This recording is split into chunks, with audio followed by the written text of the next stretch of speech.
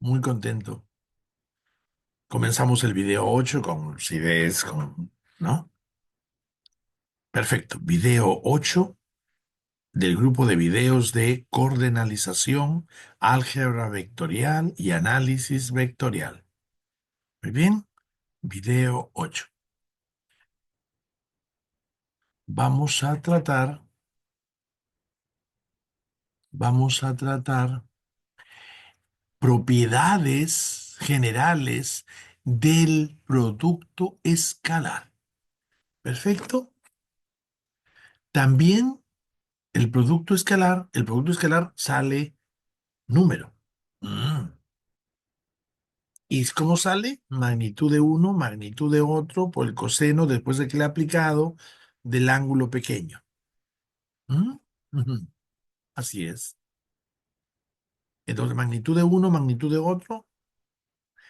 Finalmente, para hallar el número que es el producto escalar, multiplicas tres números. El coseno del ángulo chico y las magnitudes de B1 y B2. Y los números la multiplicación es conmutativa en los números. Lleva a que si en los números la multiplicación es conmutativa, claramente lleva a que al estar hallando ya el número, estás multiplicando números en la ejecución de la definición de producto escalar, sea indistinto el producto escalar hacerlo B1, B2, B2, B1. Porque para hallar el número que representa eso, es producto de números de las magnitudes de los dos, puede ir una primera, una segunda, y después el coseno. Por lo tanto, B1 escalar B2 es igual a B2 escalar B1. Perfecto, compañero. Hemos hecho la definición gracias a las definiciones del producto escalar y gracias a recordar la conmutatividad del producto de números. Propiedad distributiva. B1, B2, todo eso sumado escalarmente por el B3. Diantres. Dice que es igual a B1 escalar B3 más B2 escalar B3. A ver, esto es un número. Sumo, aplico, hallo el aplicado, aplico, encuentro el P3, P1, P3, lo desaplico, ese es el resultado de B1 más B2. Y después tengo esa magnitud por esta magnitud de B3, por el coseno que haga esta suma con el B3. ¿Ya? Aquí, magnitud, un número. Listo, por el coseno que haga. Entonces, mira, el detalle, tiene que obedecer a una demostración de geometría y trigonometría. Listo. Aquí, magnitud, coseno de B1, B3. Magnitud, coseno de B2, B3. Listo. Y esos números dan iguales a esto. A la magnitud de la suma B1, B2, su magnitud de la suma, multiplicado por la magnitud de B3, por el coseno que haga la suma y el B3. Interesante. Si me piden una demostración, yo tendría que, claro, formalmente, hágala, yo aplicaría las definiciones y en ellas garantizaría que tú veas que la trigonometría lo permite. Listo, la trigonometría lo permite. Listo. Muy peculiar. La, la más exigente, la demostración de la propiedad distributiva en el producto escalar. Sí, sí, eso me hace saber, recordar que cogiendo hace años el hermoso libro de mecánica del fluido del doctor Suzuki, sí había dado lo necesario para remediar las carencias. Sí. Nunca diferenciábamos vector y vector aplicado. Pero que cuando hace las propiedades, las en resumen. No es un, estoy dándote un resumen de álgebra vectorial y álgebra y análisis vectorial, sino en un desarrollo amplio por, por solvencia del dominio, tendríamos obligatoriamente que hacer la demostración de esa propiedad distributiva, hacerla formalmente, la demostración de la propiedad distributiva. ¿Ya? Te invito y te pido que interiorices, ¿listo? Lo que tendrías que demostrar. ¿Ya, compañero? Muy bien. Distributiva. Mira, el producto de un vector por un escalar tiene propiedad distributiva. La suma no tiene propiedad distributiva, tiene propiedad asociativa. Y el producto escalar tiene propiedad distributiva. ¿Mm? Mi alumnito, que está cerca en el entorno, eh, veía y le dije que no haga problemas, no es el momento, de la naturaleza, la lógica de los nombres, ¿no? ¿Por qué estas se llaman entre sí lineales? ¿Entiendes? En un curso más ampliado haríamos esto, pero no, hacemos lo mínimo exigente. Un curso de álgebra vectorial lo dejaría mejor al matemático en un curso amplio que en el currículo lo de seguro está contemplado. Pero ahora lo resuelvo, porque esta carencia existe. Y esta carencia te impide seguir. Hay que resolverla. Propiedad lineal. Un producto escalar. Igual que en la suma. Igual que en la suma. Existe la propiedad lineal. Mira, ¿ya?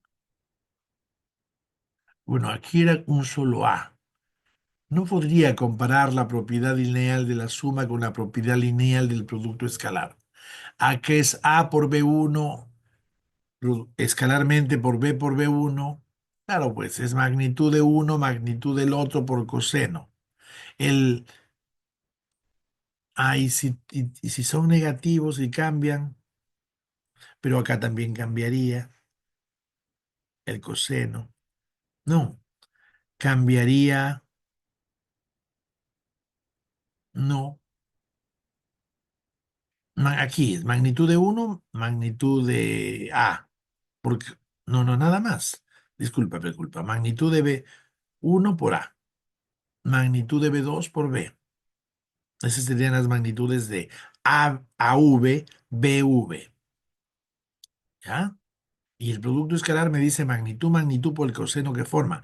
Y aunque estén multiplicados por A y por B, bueno, si son positivos, aunque estén multiplicados por A y por B, es el mismo, mismo ángulo, mismo coseno. Pero si fuera un negativo, el coseno, el ángulo va a un problema de ángulos suplementarios. Y como esto lleva el signo, acá el coseno es de los ángulos entre B1 y B2. Acá es entre el ángulo entre ya no B1, B2, entre A, V1 y B, B1, B2, que ha podido cambiar por un signo negativo de A o de B. Eso tienes que estar entendiendo. Ya, esto es una condicionante. Ahí, a ver, mi alumno del entorno, cuando escuche este video y si no entiende lo que estoy diciendo, es que no entiende. ¿Entiendes? Aquí, si tienes las definiciones anteriores, es muy pertinente, entendible lo que te estoy diciendo. ¿Ya? Reflexionando sobre la propiedad lineal del producto escalar. Si son positivos, se ve perfecto. A por B1 no cambia, no cambia la dirección ni el sentido. B por B2 no cambia la dirección ni el sentido. Y el ángulo entre B1 y B2 es igual al ángulo entre ABV1, V1, BV2. ¿Listo? Y aquí es el ángulo entre V1, V2 multiplicado por AB, como tenía que ser. Porque al hallar el número, que es el producto escalar, es magnitud de uno magnitud de uno que es la de V2 por B, la de V1 por A. Y aquí es la de V1, la de V2 y por AB. ¿Ah? Se complica la demostración si A o B fueran negativos, pero simplemente el ángulo cambia, el ángulo entre B1 y B2 puede haber cambiado a su suplemento entre AB1 y AV1 y BV2. ¿Perfecto? Perfecto. Propiedad lineal del producto escalar. ¿Mm? Estamos, además, sí, no te quería decir un secreto. Después te lo comento. Ahora estudiamos propiedades de la operación producto vectorial. Propiedades de la operación producto vectorial. Bien, ¿las estudiamos? Bien, las estudiamos. Listo, estoy muy contento. Sí, es el esfuerzo, dejamos esto, pero todo ya venía. Sí, era difícil de leer. Sí, puede que sea importante los videos de una clase de la intervención del profesor, que fuera de un escrito tiene estrategias verbales, de imagen. Ujú. Sí, sí, sí. Y además que si estás leyendo más mal, te enseña a leer, ¿no? Para que logres sacar la información. Propiedad anticonmutativa, ya sabes por qué B1 producto vectorial B2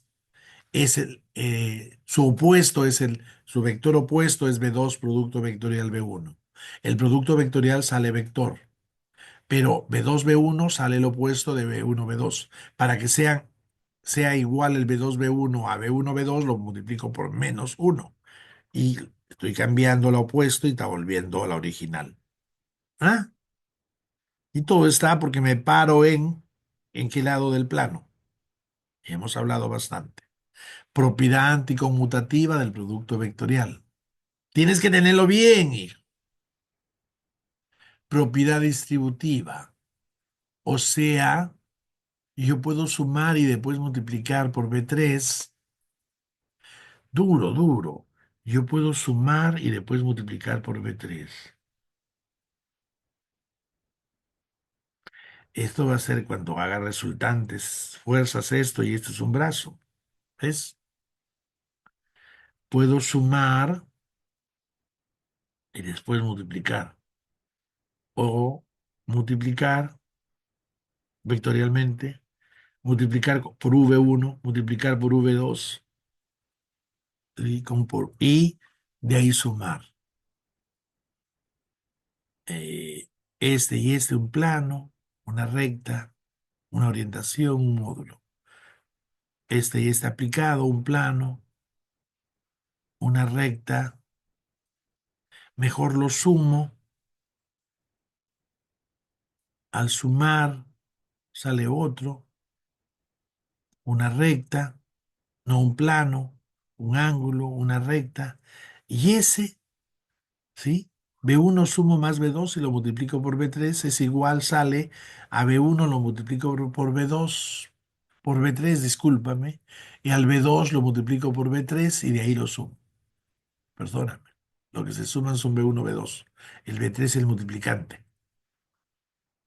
Es importantísimo que te acuerdes la propiedad distributiva del producto vectorial, la propiedad distributiva del producto escalar, la propiedad asociativa de la suma, la propiedad distributiva del escalar por un vector, Casi la distributiva pareciera, ¿no? Pero es asociativa en la suma.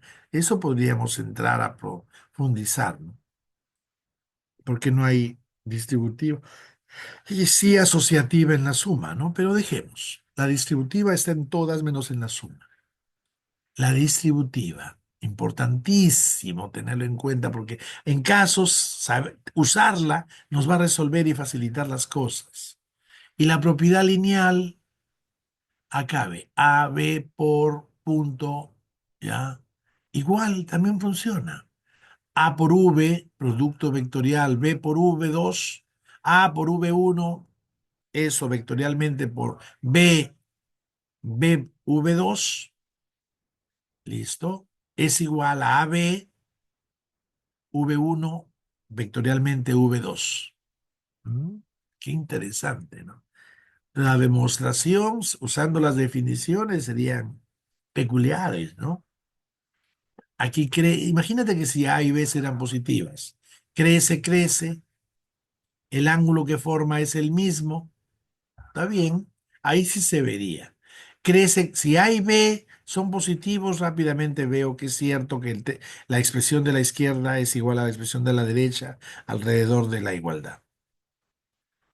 Se complica un poquito si A o B es negativa, porque pasa a ver ángulos suplementarios. Voy a hacer un, voy a hacer un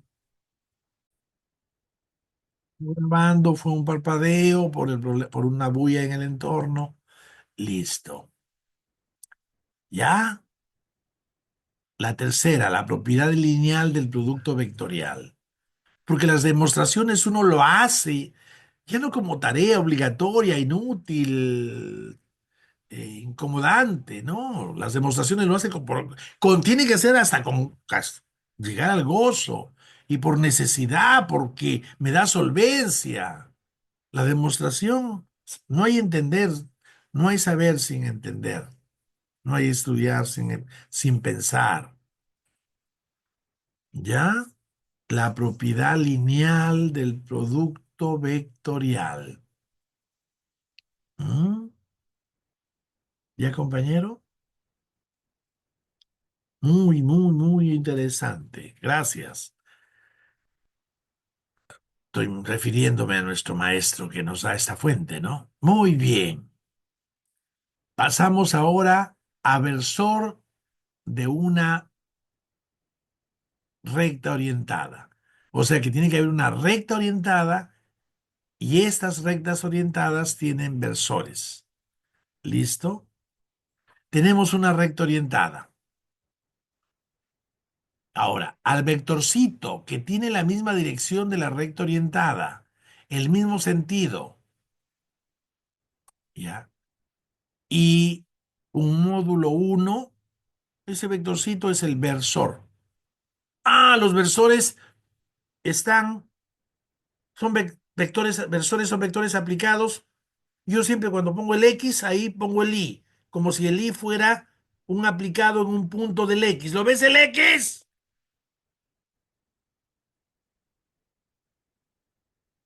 Tu imaginación, compañero. Me pongo triste porque no haces un lujo de imaginación. El X, el Y y el Z, compañero. ¿Cuál es el problema? Que al versorcito siempre te lo dibujaban aquí mismito. Lo voy a dibujar de otro colorcito. Al versorcito siempre lo dibujaban ahí, como si fuera un vector aplicado en este punto, como si fuera un vector aplicado en este punto, ¿listo? O en un punto, como máximo lo veíamos como máximo lo veíamos como deslizante, un vector un vector aplicado que se desliza en su recta de acción. Sí, ya hemos dicho que estoy adelantándote desde hace rato, que en una recta, yo en un punto de la recta aplico un vector que tiene su misma, en una recta orientada, aplico un vector que tiene su misma, en un punto de una recta, aplico un vector que tiene la misma dirección y sentido de la recta,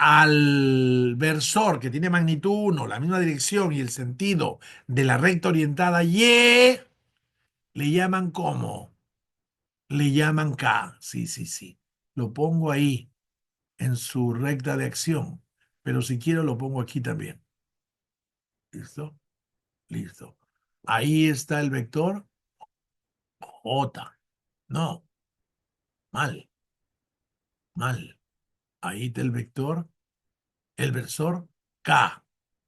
Ahí está el versor K. Listo, listo, listo. Entonces el versor de una hay que primero, para hablar de versor hay que hablar, hay que pensar. No, no necesariamente de X, Y, Z. Tú puedes tener una recta cualquiera, compañero. Todas esas cosas ahí, mi entorno, todas esas cosas tienes que pensar. ¿Entiendes? Todas esas cosas tienes que pensar, compañero. ¿Ya? Entonces, alguien vagamente, mi entorno me está escuchando, alguien vagamente cree que los versores son solo de I. Me está escuchando mi entorno.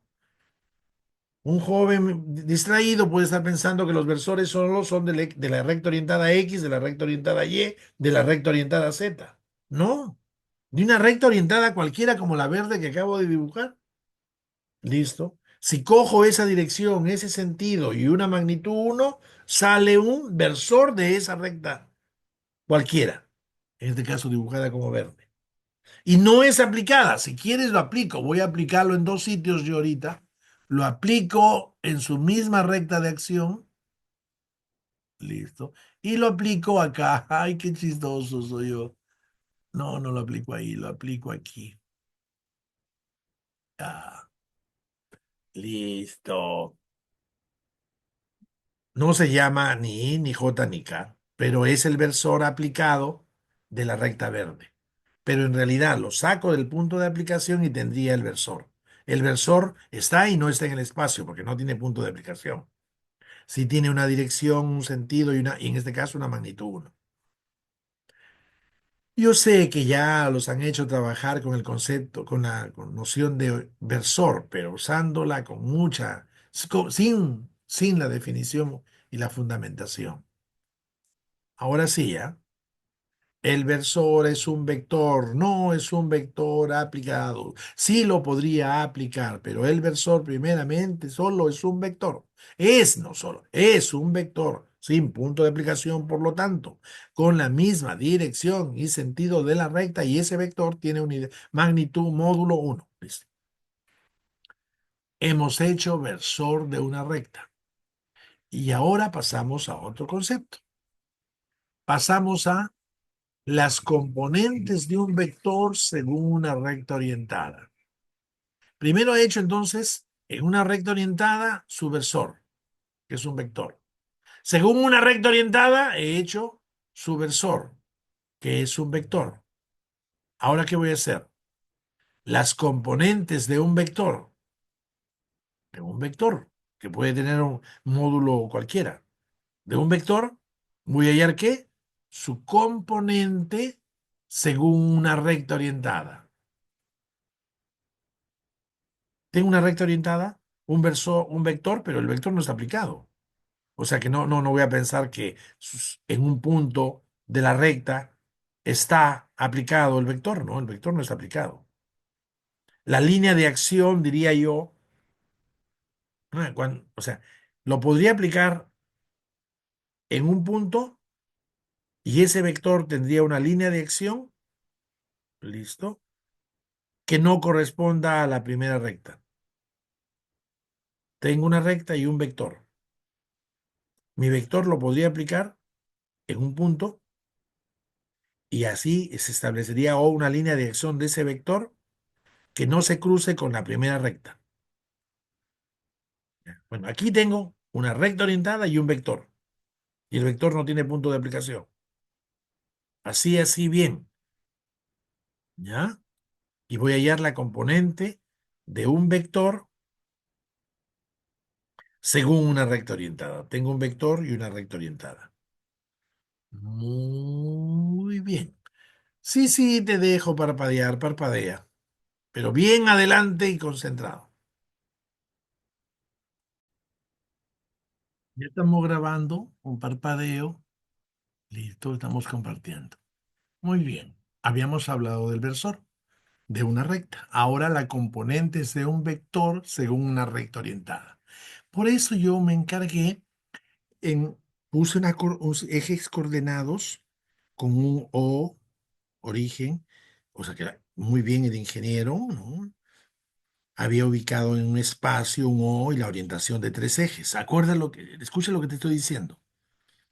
Estaba bien ubicado en el espacio el O, ubicado, y la orientación de los ejes. Estaba ahí. Se sabía dónde estaba el cero, el X, el eje Y, ya. Teníamos eso. Sí, después vas a ver que así es. Lo vas a ver muy bien en la complicación cuando haga espacios sobrepuestos. Pero por ahora, tenemos un espacio y tenemos tres ejes. Bien, el, ¿dónde está el horno? El ingeniero ha establecido. Ya, déjalo ahí, tranquilo, tranquilo, amigo. De verdad que va a ser muy bueno. Tenemos un sistema de ejes coordenados para poder ubicar un espacio, una recta. No cruza, no corta los ejes. Listo. Muy bien. Esa recta tenía, esa recta tenía, no, una recta orientada, cualquiera. Además de las rectas orientadas de los ejes, claro, una recta orientada dibujada con azul.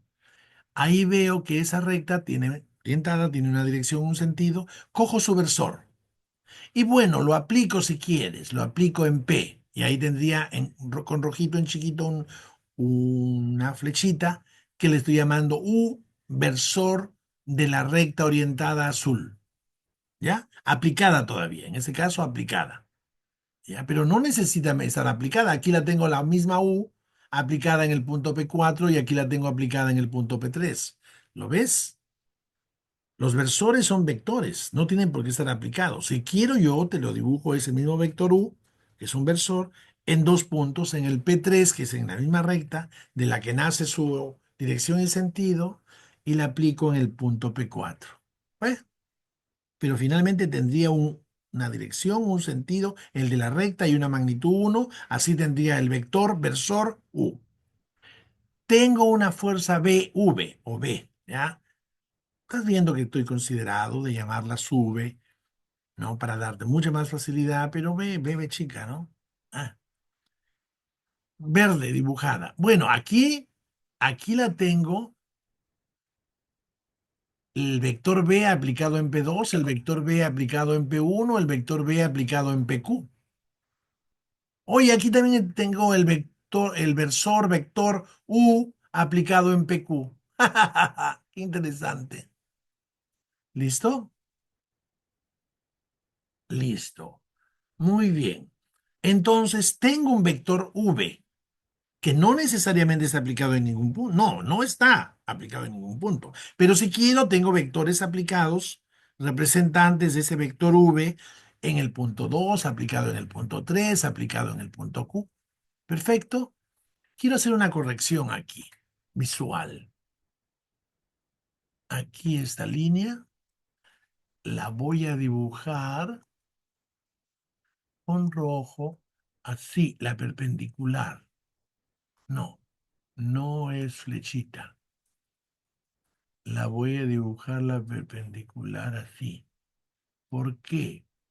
Porque no están en el mismo plano de la pantalla el V y el U. ¿Listo? Entonces, como está para ahí, casi metiéndose a la pantalla el V, entonces su perpendicular a la recta, listo, en términos isométricos, lo veo inclinadita, ¿no? Esa línea de trazos roja cae perpendicular del extremo aplicado del V en PQ a la recta, a esta recta. ¿Qué es la recta? Oye, esta recta de aquí es paralela a esta recta inicial de donde saqué el versor U. ¿Sí o no? Esta recta de aquí es paralela. ¿Por qué? Porque veo que tiene esta recta orientada tiene como versor que eso le garantiza al versor tener su misma dirección y sentido. Aquí está la dirección y sentido de U y esta otra recta es paralela a la anterior. ¿Listo? Muy bien. Ya está. Muy bien, déjalo ahí esto. Entonces, sí, aquí he dibujado aquí dos, ¿no? Aquí con tres, tres veces, tres vectores aplicados del V. No le he llamado V, ¿por qué no le pone no? Ay, bien para fastidiar, nomás tú, ¿no? Ya lo llamo V, no, no con esta de aquí. Listo. La llamo V en P2. Ah, ¿contento? Listo. Bueno, ahí tengo vectores aplicados del vector V. Ahí tengo dos versores de la recta orientada. Los versores son vectores no aplicados, pero ahí los tengo dos vectores, dos versores, dos vectores aplicados. Del versor de la recta azul que me dan. Entonces, tengo una recta y tengo un vector. Eso primero. No los debería tener aplicados los vectores. El versor de la recta es un vector, no lo tendría que tener aplicado, pero si quiero los pongo aplicados. Pero el versor no tendría por qué tenerlos aplicados. Por eso así el chiste de decir está y no está en el espacio, porque no lo encuentro. No debo asignarle punto de aplicación. Muy bien, recta orientada y versor. Recta orientada sin el espacio. El vector es un vector, no está aplicado. Y el versor es un vector, no está aplicado. El versor sé cuáles son su orientación y sentido, las de la recta orientada. El vector, las que tenga. ¿El vector tiene magnitud? Sí. ¿El versor tiene magnitud 1? Sí. Listo. Muy bien. La componente de un vector según una recta orientada es lo siguiente. De la recta orientada le saca su versor. Ah, igualito como hemos hecho. Y de ahí ya tienes el vector y el versor, que son vectores. Y como son vectores, le puedo hallar su producto escalar. Ese producto escalar es la componente. El producto escalar del vector y el versor de la recta orientada es la componente del vector respecto a la recta orientada. ¿Lo rico de nuevo? Tengo un vector y tengo una recta orientada. A la recta orientada le saco su versor. Listo. Tengo entonces dos vectores, un vector y un versor. Porque el vector puede tener cualquier magnitud, el versor tiene magnitud 1. Muy bien. El producto escalar del vector y ese versor, ese número que salga, es la componente del vector respecto de la recta orientada. Bien, interesante. Entonces sería magnitud de 1, la del V. Magnitud del versor U, en este caso le hemos llamado U, que es 1, por el coseno del ángulo que forman. Porque entonces para hallar el producto escalar, primero los aplico en cualquier punto. Por eso no lo apliqué ni en P2, ni en P1, ni en P4. Se me ocurrió aplicarlo en PQ. Ah, para eso estaba esta parte del dibujo. La apliqué en PQ. Y ahí se nota el versor aplicado ya en un punto del espacio. Y entonces se nota que está en una recta, paralela a la recta orientada, porque esa recta la veo que tiene la misma dirección y sentido que ese versor. Y entonces son rectas paralelas a la anterior. Bueno, apliqué el versor y el vector en un punto, porque así se hace para hallar un producto escalar. Lo aplico, establezco un plano. Veo dos ángulos, un chiquito y un grande. ¿Ya? Veo un plano, veo un ángulo chiquito y un grande. Y el producto escalar es magnitud de 1 de V, magnitud de U, que es 1 por coseno del ángulo chiquito. Perfecto. Ese número se llama la componente, compone. La coordenada, no, ya no es. ¿Para qué hago eso para la confusión de las palabras? Coordenadas eran antes de puntos en los ejes. Esta es la componente de un vector respecto a una recta orientada. Es un número, nada más. La apliqué y todo eso, ahí un ángulo grande y un ángulo chiquito, un plano, para poder operativizar la definición de producto escalar. Pero también te he dicho que su significado podría tomarlo como que, mira, la longitud del V por el coseno del ángulo, me daría más o menos lo que sería su sombra, su proyección de V en la recta. Y finalmente, esto, ¿no? Magnitud de B por 1 por coseno de alfa, ¿no se ve?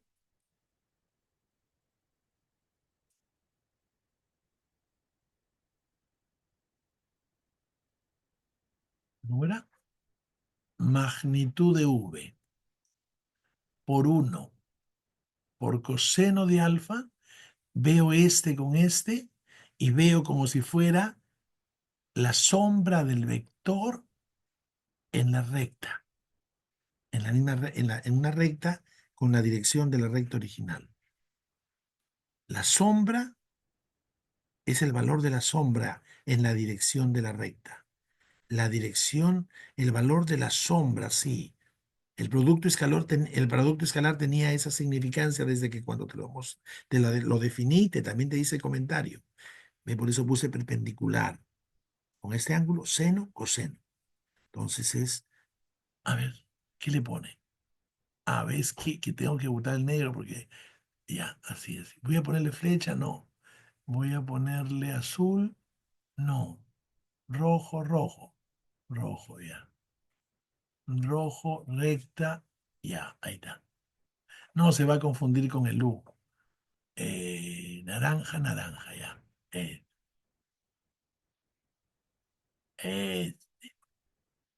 eh, compañero, porque antes era el negrito porque lo había bajado perpendicularmente. La sombra. Pero quiero que tú veas la realidad, que todos aquí son isométricos. La recta, mira, ve la recta y para allá el plano. Entonces, la caída perpendicular no la veo perpendicular, la veo, ¿no? En la isometría del dibujo, ¿no? Ese naranjadito es cae perpendicularmente este punto. Seno y esto coseno. V coseno, magnitud, longitud, módulo.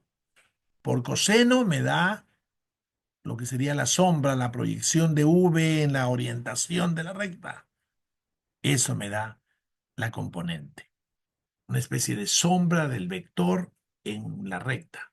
Sombra del vector, proyección del vector en la recta. El segundo extremo cae perpendicularmente. Y veo desde el origen hasta la caída perpendicular del segundo extremo. Ya sabes en vectores primer extremo, segundo extremo, en vectores aplicados. Ahí están vectores aplicados. Porque la componente de un vector respecto a una recta es un producto escalar y para hallarlo los aplico en un mismo punto cualquiera. Ahí lo he aplicado en un PQ, ¿ya? Y ese número, que tiene un significado como una especie de la sombra, la proyección del vector en la recta, en la dirección, sentido de la recta, es la componente. ¿Ese mismo vector puede tener respecto a otra recta otro componente? Claro. Hay otra recta, otro versor. Otra recta, otro versor. ¿Listo? Y haces un producto escalar de del vector con el versor de la otra recta. ¿Ya? Magnitud 1 por el coseno del otro ángulo. Porque al aplicar el otro versor sale otro plano, otro ángulo grande, otro ángulo chico. Esas de las definiciones de las operaciones tenías que tenerlas claras. Listo, compañero. Muy bien. Por eso aquí decía tamaño de la proyección sombra, ¿ya ves? Para darle un significado a esto. Es el producto, ¿qué es la componente? El producto escalar entre el vector y el versor de la recta. ¿Qué es la componente de un vector según una recta? ¿Qué es la componente de un vector según una recta orientada? Es el producto escalar entre el vector y el versor de la recta orientada. Perfecto. El vector V es una dimensión, un sentido, un módulo, no un punto de aplicación. Pero yo lo estaba aplicando en B1, en P1, en P2 y para hallarle el producto escalar lo apliqué en PQ. ¿Listo? Aquí hay dos vectores aplicados de V. El vector, el vector aplicado B1 en P1, V en P1, V en P2. Muy bien. El vector no tiene punto de aplicación. Aquí hay el versor aplicado en P3 y P4, porque el versor no tiene, es un vector, no tiene punto de aplicación. El versor de la recta azul, ¿no? Estamos hablando de un vector y una recta orientada. Si es, también podemos hablar de otra recta orientada, es el ejemplo, ¿no? Sale otra componente según otra recta orientada. Ya está dicho, no, no lo entreveres. El U era el versor de la recta azul, pero UP3, UP4 son vectores aplicados de ese versor. Dos vectores aplicados de ese versor. Y sí, pues, porque estamos hablando del versor que saco la recta. Sí. ¿Y por qué le pone vector unitario? He dicho que el versor también se llama vector unitario. ¿Eh? Entonces aquí el versor sí se llama vector unitario. Correcto. Entonces lo formalizo. Tú a lo que llamaste versor de una recta, le puedes llamar también, ¿cómo, cómo? Lo puedes llamar vector unitario. ¿Listo? Al versor de una recta le puedes llamar vector unitario. Es un vector con la misma dirección, el mismo sentido de la recta y una magnitud 1.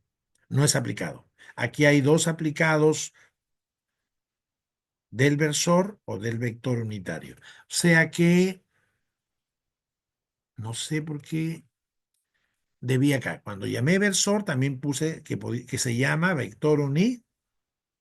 ¿Estamos? Versor también debía llamarlo vector unitario. Ya. Y componente de un vector respecto a una recta, ya está claro. Listo. La componente de un vector según una recta orientada, para poder hallarla, necesito hallar el versor o el vector unitario de la recta. Bueno, pero finalmente la componente de un vector respecto a una recta orientada, ¿y qué sale? Sale un número. Un número. Interesante. Y en realidad sale un número positivo, ¿no? Sale un número, déjalo ahí. Sale un número que puede ser positivo o negativo, depende del coseno. Trata de ver. Si el coseno es menos de 90, el V y el versor sale coseno. Pero si el versor, el vector y el versor o vector unitario tienen un ángulo mayor de 90, listo. Como diríamos, la proyección hacia el otro lado que te indique el negativo por el coseno de un ángulo mayor de 90.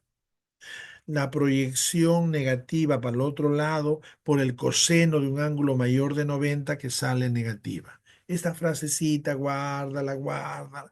Resalta, resalto esto. Repítelo si deseas. ¿Ya? Para que vayas entrando. Porque el ángulo pequeño puede ser mayor de 90, menor de 180, claro. Porque cuando dos vectores se aplican, sale un plano y dos ángulos. Perfecto. Bien, compañero. Las componentes de un vector según una recta orientada. Y paso a el desarrollo maravilloso y fácil y aplicativo y muy útil de esto. Pero termino este video que es el video 8, ¿cierto? Listo. Y haré lo que sigue en el video 9. Ha sido un gusto, compañero. Dejo de compartir. Dejo de compartir. Te señalo el gusto, mis mejores intenciones y te agradezco. ¿Ves? Nos vemos en el siguiente video.